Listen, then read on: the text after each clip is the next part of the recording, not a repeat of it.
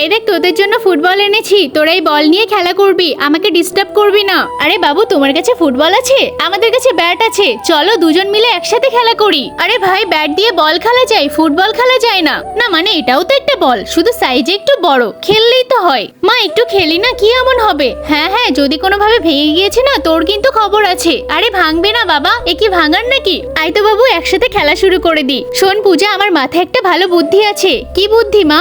আমি না ওদের থেকে ফুটবলও নেব, আবার সাথে টাকাও নেব, চল আমার সাথে। আঙ্কেল বল যেহেতু আমার কাছে আছে, ব্যাটটা আমাকে দাও। ঠিক আছে বল আমি মারছি, তুই ওখানে গিয়ে দাঁড়িয়ে পড়, আর আমরা এখানটায় লুকিয়ে পড়ি, তুই একদম কথা বলবি না কিন্তু। নাও আঙ্কেল মারো মারো মারো, এই দিলাম। এই তো কত সুন্দর খেলা যাচ্ছে।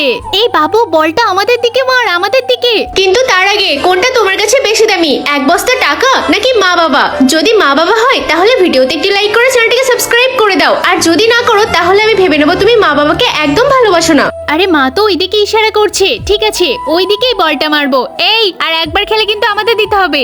এই দিলাম বল। চল এখন আমরা বলটা নিয়ে তাড়াতাড়ি পালিয়ে যাই। আরে এত জোরে কেন বল মারলি? এই খোঁজ বলটাকে, ওইদিকেই পড়েছে। কোথায় যে বলটা মারলো? এদিকেই তো কোথাও একটা হবে, আমি তো এখানেই মেরেছিলাম, তাহলে বলটা গেল কোথায়? তোমরাই হারিয়ে দিয়েছো। কি আমরা কোথায় হারলাম? বল মারলি তুই আর দোষ আমাদের দিচ্ছে। যা ব্যাট নিয়ে চলে। মা মাথাটা ভালোই খাটিয়েছো, বলো আমাদের, আবার ব্যাটও আমাদের।